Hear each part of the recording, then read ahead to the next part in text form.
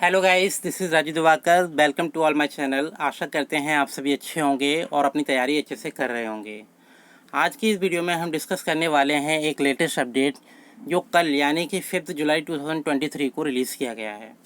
तो इस वीडियो में हम डिस्कस करने वाले हैं सबसे बड़ा क्वेश्चन, इज़ पीएचडी मैंडेटरी और नॉट। क्या पीएचडी कंपलसरी है या नहीं, या असिस्टेंट प्रोफेसर पोस्ट के लिए जो मिनिमम एलिजिबिलिटी क्राइटेरिया है वो क्या है। क्या पीएचडी को ऑप्शनल बनाने के बाद, ठीक है, नेट को ज़्यादा वरीयता दे दी जाएगी, या नेट के आने से पीएचडी की वैल्यू घट जाएगी या नहीं घटेगी। इन सभी सवालों के जवाब हम इस वीडियो के माध्यम से आप सभी को प्रोवाइड करने की कोशिश करेंगे। तो सबसे पहले ये वीडियो बनाई जा रही है उसका हम सोर्स आपको दिखा देते हैं कि जो भी डेटा कलेक्शन किया गया है ये कलेक्ट किया गया है। जैसा कि आप देख सकते हैं, ये यूजीसी इंडिया का ट्विटर अकाउंट है। वहाँ ये अपडेट आया था यूजीसी गैजेट नोटिफिकेशन के नाम से, जिसमें पीएचडी और नेट के बारे में कुछ अपडेट दिए गए थे। इसके साथ ही साथ जो यूजीसी के चेयरमैन हैं एम जगदीश कुमार, उन्होंने भी अपने ट्विटर अकाउंट से ये सूचना दी है, और साथ ही साथ उन्होंने जो यूजीसी का जो गैजेट आया है उसे भी अपडेट किया है। तो वन बाय वन डिस्कस करेंगे कि वो क्या क्या इंपॉर्टेंट पॉइंट हैं जो आप सभी के लिए इम्पोर्टेंट होने वाले हैं। ठीक है, इसे हम थोड़ा जूम कर लेते हैं जिससे आप अच्छे से समझ पाएँ। तो सबसे पहला पॉइंट नंबर 1 यही है जो गैजेट में बताया गया है, PhD qualification for appointment as assistant professor is now optional from July 1 2023। मतलब असिस्टेंट प्रोफेसर पोस्ट के लिए अगर आप अब अप्लाई करते हो जुलाई 2023 के बाद, तो पीएचडी को एज अ ऑप्शनल माना जाएगा। ठीक है, नॉट अ मैंडेटरी। तो असिस्टेंट प्रोफेसर पोस्ट के लिए अगर आप अप्लाई करते हो जुलाई 1 2023 के बाद, तो पीएचडी को ऑप्शनल डिग्री माना जाएगा। साथ ही साथ net set slate should be the minimum criteria for the direct recruitment to the post of assistant professor for all higher education institution। assistant professor post के लिए जो minimum eligibility criteria है अब वो माना जाएगा नेट सेट और slate. मतलब ऐसे एस्पिरेंट जिनका नेट क्लियर है, सेट क्लियर है या स्लेट क्लियर है, अब वो असिस्टेंट प्रोफेसर पोस्ट के लिए अप्लाई कर पाएंगे। ठीक है, तो जो मिनिमम एलिजिबिलिटी क्राइटेरिया रहा नेट सेट और स्लेट। काफ़ी स्टूडेंट के माइंड में ये क्वेश्चन जरूर अराइज हो रहा होगा कि अगर जो मिनिमम क्राइटेरिया नेट सेट और स्लेट को बना दिया है तो जो पीएचडी है वो करना अब ठीक है या नहीं, क्या पीएचडी की वैल्यू अब बिल्कुल घट जाएगी।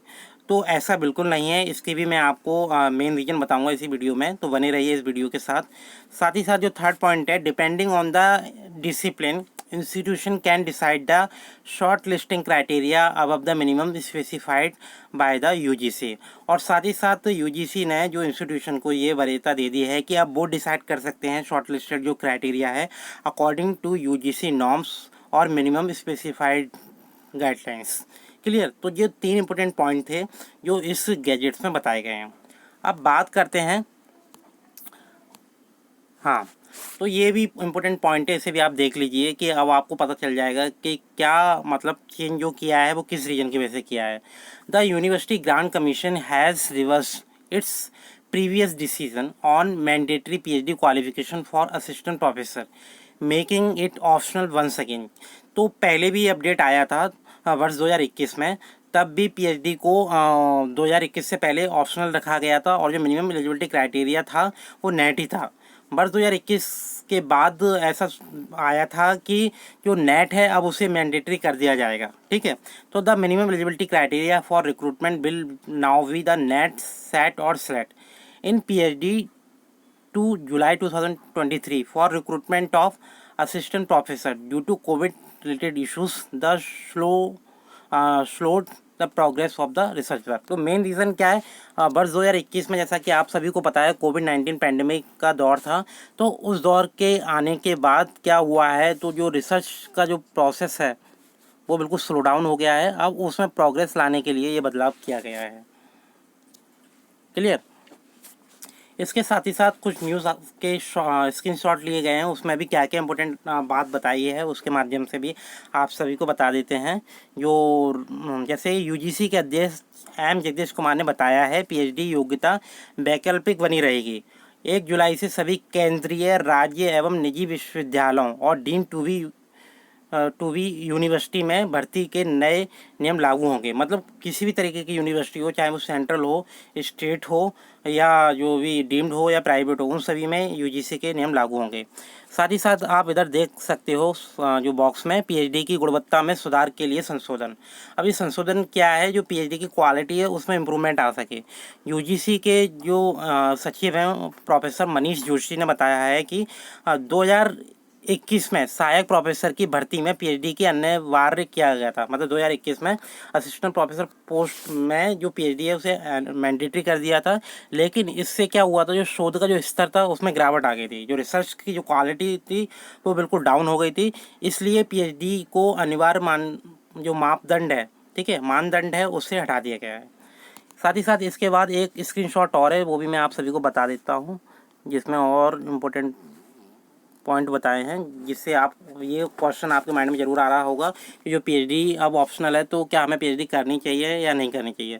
तो सबसे पहला रीज़न तो मैं आपको बता देता हूँ। अगर आप पीएचडी करते हैं, ठीक है, तो उसका बेनिफिट क्या है। जैसे जस्ट एग्जांपल, अगर आप यूजीसी नेट एग्ज़ाम देते हैं और आप है ना जीआरएफ क्लियर कर लेते हैं, तो जीआरएफ का बेनिफिट आपको तभी मिलेगा जब आप है ना पीएचडी करोगे, ठीक है। और पीएचडी के दौरान आपको जीआरएफ प्रोवाइड किया जाता है। साथ ही साथ उसका जब जीआरएफ 2 साल तक दे दिया जाता है, उसके बाद आप है ना एसआरएफ के लिए एलिजिबल हो जाते हो। और जो जीआरएफ में अमाउंट मिलता है यूजीसी नेट क्वालिफाइड करने के बाद, तो आपको स्टार्टिंग के 2 साल में 31,000 रुपये दिए जाते हैं फेलोशिप के तौर पर, ठीक है। और इसके बाद जब आप एसआरएफ के लिए एलिजिबल हो जाते हो तो वही 31,000 रुपये 35,000 में कन्वर्ट हो जाते हैं। और इसके बाद एचआरए और कंटीजेंसी का अमाउंट अलग से दिया जाता है। तो ये मॉनेटरी बेनिफिट का मॉनेटरी बेनिफिट का आप फ़ायदा तभी उठा पाएंगे जब आप पीएचडी करेंगे। दूसरा क्या है, यूजीसी के अध्यक्ष एम जगदीश कुमार ने बुधवार को नए नियमों में बदलाव की जानकारी तो दी, और साथ ही साथ कुछ साल पहले यूजीसी के सहायक एक प्रोफेसर के लिए अनिवार्य किया गया था पीएचडी को।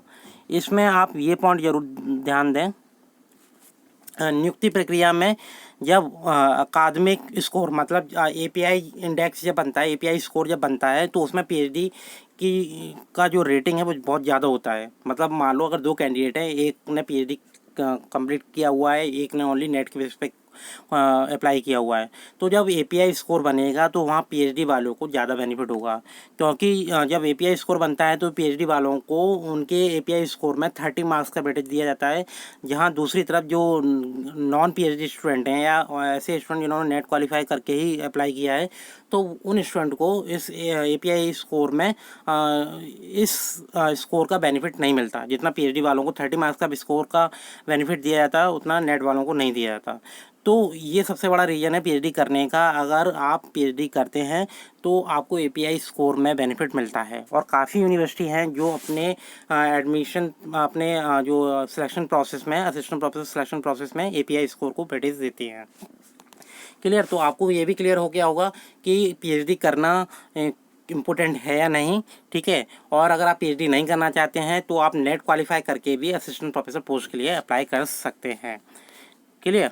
तो आई होप, आशा करते हैं जो भी आपके डाउट थे वो क्लियर हो गए होंगे। और ऐसे ही आने वाले सभी अपडेट्स के लिए बने रहिए हमारे इस चैनल के साथ। Like, share and subscribe this video. And आज के लिए इतना ही। Bye bye, take care and good luck to all the aspirant.